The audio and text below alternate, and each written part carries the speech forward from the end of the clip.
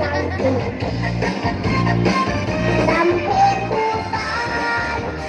เรียนอนุบาลที่ไกลโตไม่เคยจะเล่นเต้นโชว์ทำงานคนเอาทำไมเอาเสื้อขาวมาไม่มีอ่ะ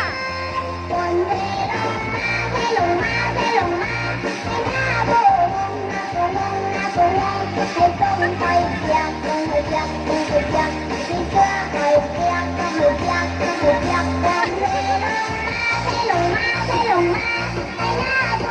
งหน้าโบงหน้าโบงให้ต้มไข่เปียกต้มไข่เปียก